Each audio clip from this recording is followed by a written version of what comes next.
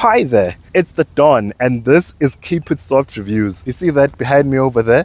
That's the facelifted OMODA C5, the X series. It's coming in to replace the previous top-of-the-range Elegance X and the top-of-the-range Lux S. Today, you're going to find out how it is to drive this. You're going to hear about the new improvements in this car because it's not just bodywork only. I'm going to tell you what I think about it, and what you're going to do is like this video and subscribe to my channel and help me grow. Let's get into it.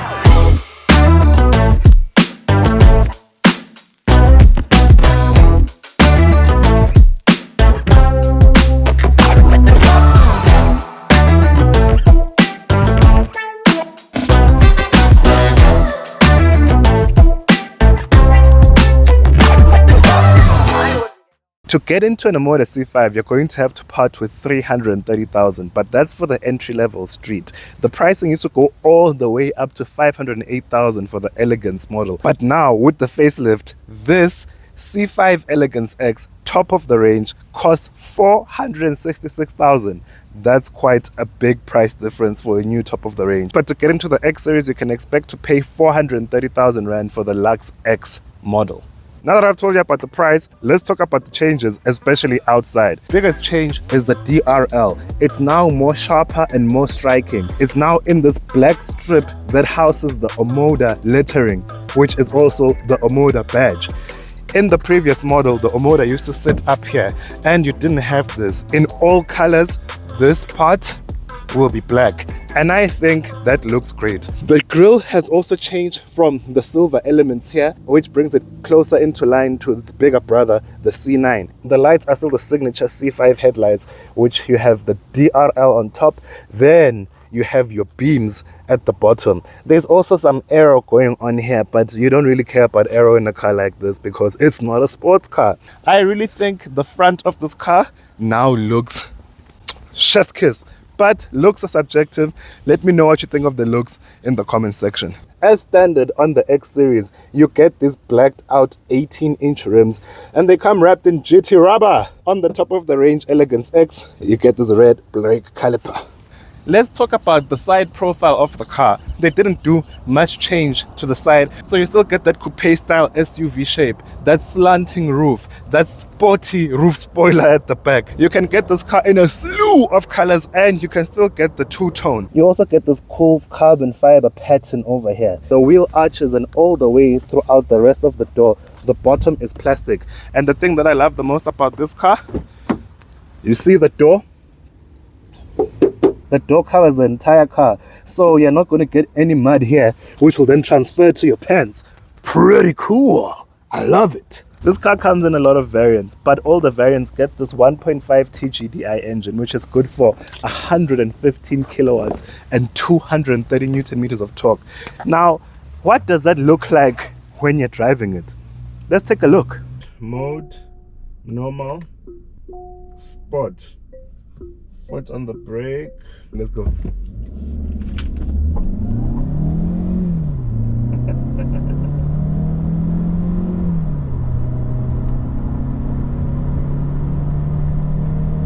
Okay, that was 100. First things first, the rear suspension has been changed to multi-link suspension, so it's noticeably an improvement from the pre-facelift. It's done wonders for vibrations coming into the car and the car going over harsh surfaces. Another thing that's new in here is the gearbox. It's gone from a CVT to now a dual clutch transmission. I think it's a 6-speed if I'm not mistaken. This is the same gearbox that's also in the Cherry Tiggo Cross, and this car is now much more responsive. So now with the DCT, you just press, builds, goes, and we're moving. We can speed up to 120 kilometers per hour, and the car is very smooth and comfortable. The gear changes are smooth. You don't even feel when the gear changes, but if you want to drive a bit faster or more spiritedly, you can do it without having to change to sports mode. The entire time I've driven this car, I haven't really been in eco or normal mode, mainly because of the start-stop, the auto start-stop function. I haven't found where I can switch it off in the car, and I don't like it because it makes the car roll on hills and sometimes it takes a while for the car to switch on, or the car will switch on and then it takes about 2 or 3 seconds to then give the car power. So I'll be pressing on the throttle because I need the car to move, and the car is switched on again, but its grog is like, then it moves. Okay, the car's meant to switch off here. Okay, there, look, I'm pressing. Only now the car is going. You see, there it was, and it ended up giving me too much power because it took such a long time to actually start moving again. Beyond those problems, I haven't really had much issues with the drive. I tend to get a bit of road noise and a little bit of wind noise, but it's a very comfortable, smooth ride. One thing that they've done right with this is the comfort of the car. These are the things that you are going to need to do before you even start driving. When the car comes, the steering is going to be on comfort. These things are so loud. This thing is the indicators are so loud. Anyway, the steering is going to be on comfort. On comfort, it's very, very light. Put that on sport. Just start with lane departure warning. Switch it off because it's going to be very intrusive. Then over speed alarm. Switch it off because every time you get past 120, and we all get past 120, it goes beep beep beep beep beep beep beep beep. Switch that off. Thank God you can do these things in the OMODA. Emergency lane keeping, I would switch it off. Lane departure prevention, switch that off as well because it's going to be quite intrusive when you're driving. Driving away reminder, that's fine. Intelligence, yes. So that's where I would keep the safety systems in the car.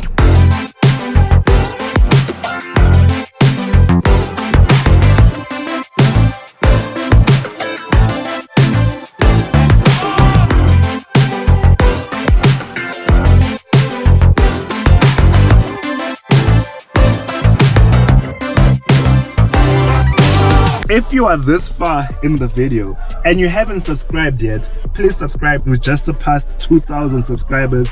Please subscribe, hit the notification bell, and help me grow on the road to 5K. We're going to do a 5,000 subscriber special where I'll be driving my dream car, the G80 M3. Please also give this video a like so that YouTube can keep suggesting it to other people. And by liking, you're letting YouTube know that my content bangs. Dango! Join me in this lovely interior of the OMODA C5 X. All models get this shape of seat, but in the top spec model like this Elegance X and the Lux X, you get these leatherette seats that look so beautiful. They don't just look beautiful, they are super comfortable too. You get this leather wrapped steering wheel, which has, you know what you're treated to as a front passenger? Electric seat adjustment, front, back, and the backrest is forward and back. Buttons aside to control your phone and multimedia, and then this side is for the adaptive cruise control. You only get the adaptive cruise control in the top spec Elegance X, which I'm in today. On all models you get electric windows all around and an electrically operated mirror which folds in. This is soft touch, this is soft touch, but then you get the scratchy plastics as you go down. You have this pattern here which looks like brushed aluminium, and then you have an aluminium like finish to the door. You get dual zone automatic air conditioning in this top spec Elegance X, and you're also getting a 360-degree camera. And something that's new in this top spec is that's blind spot monitoring. You're getting wireless Android Auto and Apple CarPlay throughout the range. A big change also inside is the Sony speaker sound system, which you get in the top spec Elegance X. So you have 1, 2, 3, 4, 5, and 6, 7, 8 speaker Sony sound system. We are Papa man, we are Peter man, it's Peggy the way, who can Anna man, are you Anna man, we in King man, Anna man the way, we are Papa man, you also get this sunroof nyana over here. Honestly, these little sunroofs for me, I don't get them. If you're going to have a sunroof, why not just go all the way back and make it panoramic? In the C5 you get this white headliner, which again, I say this in all the cars that I drive with light headlining. I don't like it simply because it gets dirty so easily. You have this center console over here which has 2 cup holders. You also get ambient lighting in the car over here and inside here. It also goes all the way up around to this side. You also get ambient lighting inside the cup holders, which is pretty cool. You get your gear knob over here, your hazards are down here. This is the button you use to change your driving modes, because this car has 3 driving modes. More soft touch material over here, and you get another speaker here. So I miscounted. There could actually be 9 speakers in this car. You have side curtain airbags, as you can see, and you also have airbags over here and in the steering wheel. Start-stop button. Oh, let's do some ASMR. Oh, I love it. Let me switch the car on so you can see what that looks like. There you go. Yes, I don't have fuel. I'm going to put fuel right now. 10.25 inch infotainment, 10.25 inch driver's display, and it has themes, so you can change. If you want the round dials, you can have them. If you want a less busy display, you can put a display which doesn't have the round dial and it's more clean and open. That's a very nice touch. But you get the scratchier materials down here and also over here. But the nice thing is you have this storage over here where you can store your phone if it's not charging up here. You have a USB-A and a USB-C port, and you have more storage underneath here. Let's see the size of the glove compartment. Woo! I've already filled it up with an extra battery charger with things for recording, and you get the handbook. Pretty decent size. This is a wireless charger which you get in the Elegance X, not in the Lux X. And the big difference is before it was 15 watts, now this is 50 watts, and it even has the cooling slot over here. Then this side is a placeholder for your phone. In my honest opinion, I don't keep my phone here because, as you can see, the sun is out, the sun is still coming here, so your phone is still going to get hot. I put my phone underneath here, and when it's placed in here, it's not going to slide around because this thing is rubberized. You get generous space in here. That's how deep. Let me put my hand inside, my fist inside. This is how deep the storage compartment is in here, and it's cooled here with the aircon. Pretty cool. Soft touch material here on the armrest, and trust me, you're going to need the soft touch here because you're going to be leaning here all the time. All the touch points, or the key touch points or leading points in this car at the front, it's soft touch. You get a bottle holder here which will probably fit a 1.5 liter bottle, and then you get space for your documents. This side you get your button for your electronically operated tailgate. I like the fact that to change the temperature and change the fan speed, it's not inside the infotainment screen, and it's very easy to use. Oh, before I go to the back, I just need to say how gloriously comfortable these seats feel. Anyway, let me switch the car off and let's head to the back. These seats are soft. Into the back of the OMODA C5 X series. Let's do the width test. How far does it go? It goes all the way to my knees, so the rear bench is pretty wide. Now, is it roomy or not? Find out on this same episode of Keep It Soft Reviews. If you're this far in my video and you haven't subscribed, please subscribe to my channel. Please give this video a like if you're enjoying it so YouTube can keep suggesting it to everybody. Thank you to everybody who's already subscribed. Okay, back into the video. Headroom in here, it's pretty decent considering that this is a sloping roof. This headroom is actually not too bad, and you have a sunroof that's eating up into the headroom here, but it's not panoramic, so you still get a pretty decent amount of headroom. The one thing that I will say though is this is in my driving position, so the space at the back, yes, it's comfortable, but if you have a tall driver, I'm 1.79 centimeters tall, and this is the position my seat is in, and my knees are touching the back of the seat already. Leg room, pretty decent, but knee room, not so much. On the armrest, you still get the soft touch here. Even up here, you get the soft touch. OMODA is not cheaping out with the soft touch materials. Some cars, you'll find that it's soft touch this side, but when you get to the back, your kids get some hard plastic. Not in this car. Then you have the scratchy plastic here. Of course, it gets scratchy as you go down, but you can forgive a car that's under 500,000 for being a bit scratchy, honestly. The one thing I'll say though is this headrest, because it's a sporty seat, there's no headrest adjustment, so this is this little point of view, the camera's on my face. This is what I see looking outside, but you do get a decent sized window. Let's see if this will go all the way down. Window test. Oh, yes! Your kids and your dog is gonna love this because you can hang your head out the window if you want to. Isofix on the rear outer seats, and you can fit in a 360-degree baby seat and still have enough space in the back for a big adult and maybe another passenger, or you can just flip this down and be the chaperone at the back for your little one. Comfort, space, practicality. Love it.